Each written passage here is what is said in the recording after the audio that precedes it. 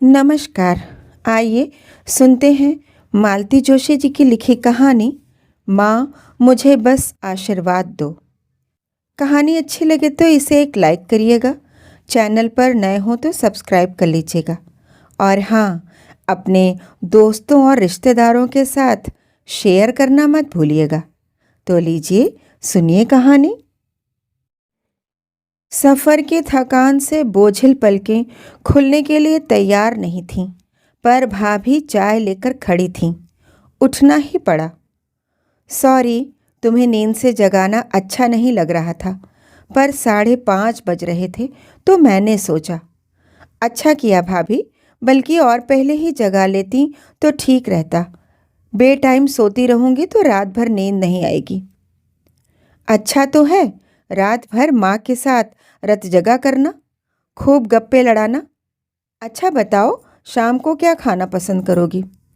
कुछ भी बना लो भाभी, तुम्हारे हाथ की तो हर चीज़ लाजवाब होती है। तारीफ करना तो कोई तुमसे सीखे, भाभी ने कहा और खाली कप प्लेट लेकर नीचे उतर गई। कंघी करने के लिए मैंने बाल खोले और आईने में झांका तो लगा माँ के चेहरे की रेखाएं खिंच गई हैं। क्या हुआ माँ? मैंने पीछे मुड़कर पूछा। कुछ भी नहीं। फिर भी ज़्यादा कुरेदना नहीं पड़ा। माँ तो जैसे खुद ही बताने के लिए आतुर थीं। बोली, आज तुम आई हो तो दिखावे के लिए खुद चाय लेकर ऊपर आई है, नहीं तो रोज़ विमला के हाथ भेज देती है। ठीक है माँ, अब उनकी भी उम्र पहले की सी थोड़ी ही रह गई है। कुछ दिनों में उनकी भी बहू आने को है, कुछ तो फर्क पड़ता ही है। तभी तो सबसे कहती फिरती है कि बहू भी आ जाएगी तो हमें क्या फ़र्क पड़ना है, हमें तो बहू बनकर ही रहना है। माँ के स्वर की तलखी मुझसे छिपी नहीं रही, इसलिए विषयांतर करते हुए मैंने पूछा, कुणाल कब कर रहा है शादी? कहीं कोई बातचीत चल रही है क्या? क्या पता, हमें कोई कुछ बताता थोड़े ही है। कभी तय भी हो जाएगी तो हमें मोहल्ले वालों से ही पता चलेगा। ये दोनों तो कुछ बताने से रहे। समझ गई कि माँ का मूड उखड़ा हुआ है, इसलिए चुपचाप उठकर कमरे से लगी छत पर आ गई। टूटे बालों का गुच्छा गली में फेंकते हुए पड़ोस के मकान पर नजर गई। एकदम खंडहर नजर आ रहा था। कमरे में आकर कहा, माँ, यह पड़ोस का मकान बिक गया? अरे, तो क्या गुप्ता चाची वृद्धाश्रम में है? बेचारी। बेचारी क्यों? खूब मज़े में है। अपना अलग कमरा है, सुबह शाम चाय नाश्ता कमरे में मिलता है, सबके साथ भोजन होता है, रात में भजन कीर्तन होता है, डॉक्टर नर्स हाजिरी में रहते हैं। फिर भी माँ इतनी दबंग महिला वृद्धाश्रम में? सोचकर दुख तो होता ही है। दबंग थी इसीलिए तो मनचाहा कर सकी। नाते रिश्तेदारों को हवा नहीं लगने दी। घर बेच दिया, पूरा पैसा फिक्स में डाल दिया। ब्याज से अब अपना खर्च। बोलती है मेरे जाने के बाद जो बचेगा आश्रम को दान कर जाऊंगी। बेचारी। फिर वही बात, बेचारी वह नहीं है, बेचारी तो हम हैं। मेरे नाम जमीन का छोटा सा भी टुकड़ा होता तो मैं भी उनके पास जा रहती, पर क्या करूं, तुम्हारे पिताजी ने मुझे कभी उस लायक समझा ही नहीं।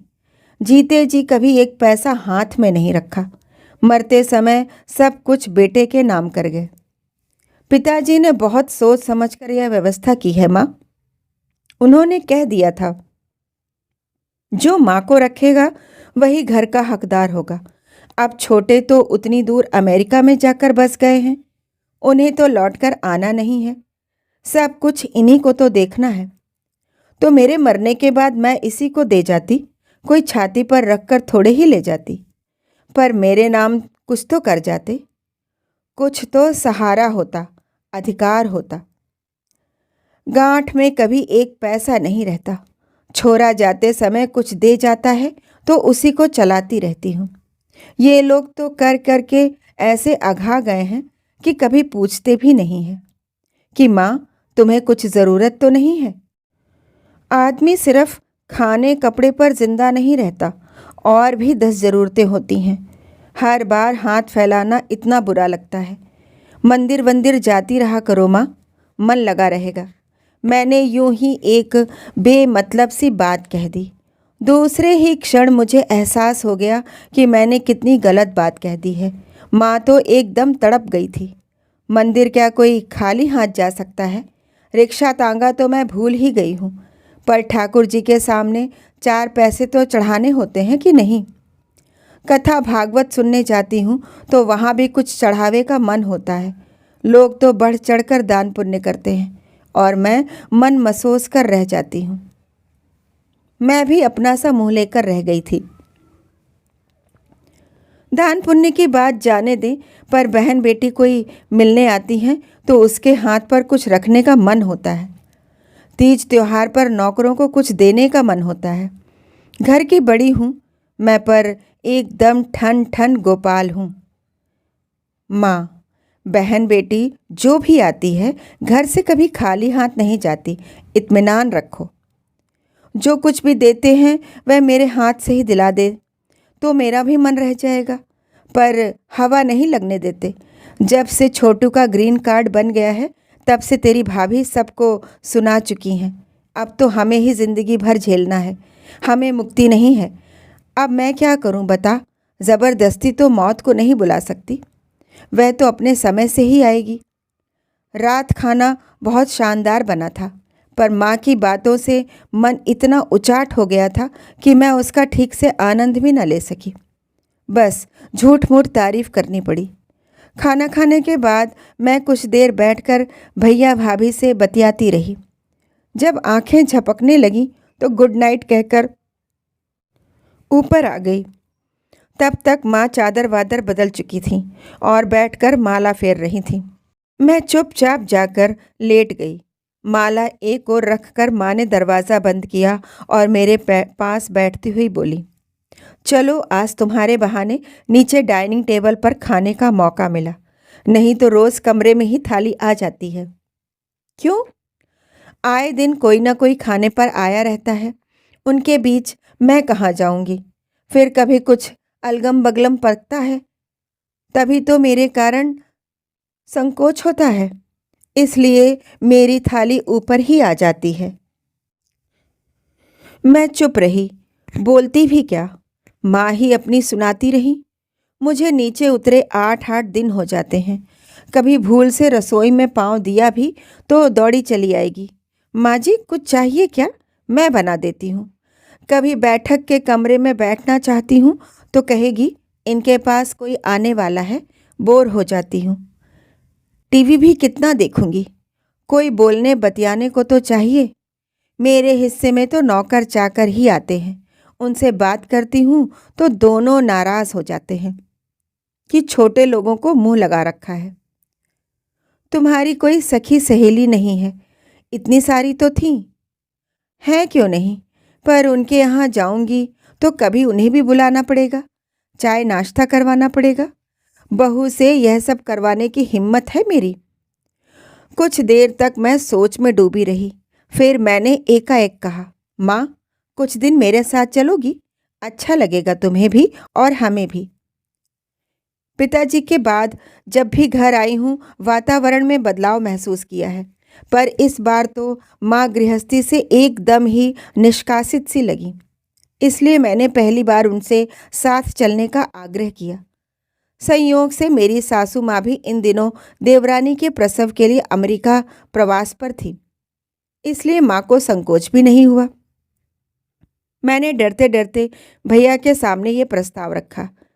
मन ही मन एक लंबी भूमिका भी बना ली थी कि गुप्ताइन के चले जाने से माँ अकेलापन अनुभव कर रही हैं, मेरे साथ जाएंगी तो थोड़ा बदलाव हो जाएगा, जी बहल जाएगा। बच्चे भी नानी को बहुत मिस कर रहे हैं, नानी को पाकर खुश हो जाएंगे। परंतु मुझे यह सब कहने की ज़रूरत ही नहीं पड़ी। वे दोनों तो जैसे इस प्रस्ताव की कब से प्रतीक्षा कर रहे थे, तुरंत हामी भर दी। बल्कि मुझे थोड़ा बुरा भी लगा। थोड़ी आनाकानी करते तो अच्छा लगता। भैया स्टेशन पर छोड़ने भी आए, पर मौन ही बने रहे। बस इतना भर कहा कि पहुंचकर फ़ोन कर देना। माँ से इतना तो कह सकते थे कि आप अपना ख्याल रखना, जल्दी लौटना, नहीं तो यहाँ बहुत सूना लगेगा। यह बात माँ को भी अखर गई होगी। पूरे रास्ते वह गुमसुम ही बनी रही। आखिर मुझे कहना ही पड़ा, माँ, मैं तुम्हें ज़बरदस्ती तो नहीं लाई हूँ। क्या सचमुच तुम्हारा मन आने का नहीं था? नहीं रे, बल्कि मैं तो अपने राम लखन को देखने के लिए बेताब हूँ। उन्हें देखे कितने दिन हो गए। तू भी तो हर बार अकेले चली आती है। फोन पाकर माँ इतनी उत्साहित थी जैसे किसी बच्चे को नया खिलौना मिल गया हो। उन्होंने बारी बारी से सबको फ़ोन किया और बड़ी ठसक के साथ अपना नंबर बताया। छोटे भैया को भी फ़ोन करके बता दिया कि कभी भूल से माँ की याद उसे आए तो इस नंबर पर फ़ोन कर लेना। उनकी पढ़ाई हर्ज होती है माँ। अब यह थोड़े ही कह सकती थी कि सासू माँ बच्चों से कुरेद कुरेद कर सब पूछ लेती हैं। तुम्हारे चेहरे से तो कहीं नहीं लगता कि तुम अपने नवासों को देखने के लिए व्याकुल हो। ज़रा शक्ल देखो अपनी, 12 बज रहे हैं। बुरा लग रहा है रे। इस लड़के की अक्ल तो देख। जानता है बेटी के घर जा रही हूँ, क्या 150 रुपये भी हाथ में नहीं रख सकता था? बस टिकट निकाल दिया और फ़र्ज़ पूरा हो गया। अच्छा, इसलिए तुम मुंह फुलाकर बैठी हो? तो राज की बात सुनो। सुबह तुम जब नहाने गई थीं तब भैया ऊपर आए थे। उन्होंने तुम्हारे लिए रुपए दिए हैं, पर भाभी से छुपा कर दिए हैं, इसलिए मैंने वहाँ चर्चा नहीं की। कहीं तुम कुछ कह बैठती तो वह महाभारत मच जाता वहाँ। माँ के चेहरे की तनी हुई रेखाएं कुछ ढीली हुईं और मैंने राहत की सांस ली। घर पहुंचकर मैंने 5,000 रुपये उनके हाथ में दिए।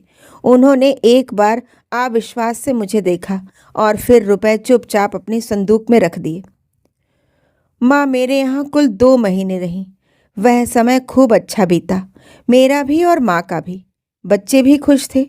हम लोगों ने खूब मज़े किए, पिकनिक पर गए, पार्क की सैर की, मॉल में घूमे, ठेले पर चाट खाई, होटल में खाना खाया, मंदिरों में दर्शन किए, हॉल में पिक्चर देखी, घर पर पुरानी फिल्मों को की डीवीडी लाकर देखी। माँ के लिए साड़ियाँ खरीदी गईं, उन पर बकायदा फॉल पिको करवाया गया, मैचिंग ब्लाउज सिलवाए गए। पुरानी साड़ियों को ड्राई क्लीन और रोलर प्रेस करवाकर प्रेजेंटेबल बनाया गया। माँ से मैंने 2-3 तरह के अचार बनवा लिए। खस्ता कचौरी, मठरी, बेसन के लड्डू, गाजर का हलवा बनवाया। तरह तरह की भरवा सब्जियां और कोफ्ते बनवाए। दामाद एकदम खुश थे। उनसे ज़्यादा माँ खुश थी। पिछले दिनों रसोई से जैसे उन्हें देश निकाला दे दिया गया था। मेरी रसोई में वे मुक्त होकर अपना हुनर दिखा रही थी। मैंने माँ की मामा मौसियों से फ़ोन पर बात करवाई। एक बार तो छोटे भैया को भी फ़ोन लगा दिया। माँ बहुत खुश हुई, बोली, चलो तुम्हारे यहाँ आकर यह एक काम अच्छा हो गया, अपनों से बात हो गई। वहाँ फ़ोन आता भी है तो अक्सर मुझे बताते ही नहीं हैं, बताते भी हैं तो मेरे नीचे उतरने तक फ़ोन कट ही जाता है। मैं कभी करना चाहूँ तो 100 बात पूछती है, क्यों करना है, क्या कहना है। अभी 15 दिन पहले ही तो बात हुई थी। छोटे से तो आधी रात को बात होती है, मुझे पता ही नहीं चलता। इसी बीच माँ का जन्मदिन पड़ा। अब तक तो कभी मनाया नहीं था, पर मुझे तिथि याद थी, इसलिए धूमधाम से मनाया। माँ से हमने होटल में शानदार पार्टी ली। फिर हम सब ने मिलकर उन्हें एक मोबाइल भेंट किया। बच्चों ने उन्हें सारे फंक्शन समझा दिए। मैंने मामा के, मौसियों के, छोटे भैया के नंबर फीड कर दिए। मेरा और बड़े भैया का भी कर दिया। बड़े का नंबर क्यों दे रही है? एक ही घर में रहते हैं, फिर भी तो बात नहीं होती है। अब फ़ोन पर क्या बात करेगा? उनका नंबर सबसे ज़्यादा ज़रूरी है माँ। ऊपर के कमरे में अकेली टंगी रहती हो, रात बेरात कुछ होने लगे तो उन्हें बुला तो सकती हो। माँ ने विरक्ति से मुंह बिचका दिया, पर मैंने ध्यान नहीं दिया। भैया का नंबर मैंने इसी उद्देश्य से भर दिया था। फ़ोन पाकर माँ इतनी उत्साहित थी जैसे किसी बच्चे को नया खिलौना मिल गया हो। उन्होंने बारी बारी से सबको फ़ोन किया और बड़ी ठसक के साथ अपना नंबर बताया। छोटे भैया को भी फ़ोन करके बता दिया। इसकी फ़ीस कब भरनी होगी? माँ ने मासूमियत से पूछा। उसकी चिंता तुम मत करो, यह जिम्मा मेरा है, मैंने आश्वस्त किया। मैं तो चाह रही थी कि माँ कुछ दिन रहे। मेरी सासू माँ को आने में अभी 2 महीने बाकी थे। पर माँ बोली, बेटी के घर ज़्यादा दिन रहना ठीक नहीं है। वे लोग तो मुझे तुम्हारे भरोसे छोड़कर निश्चिंत हो गए हैं।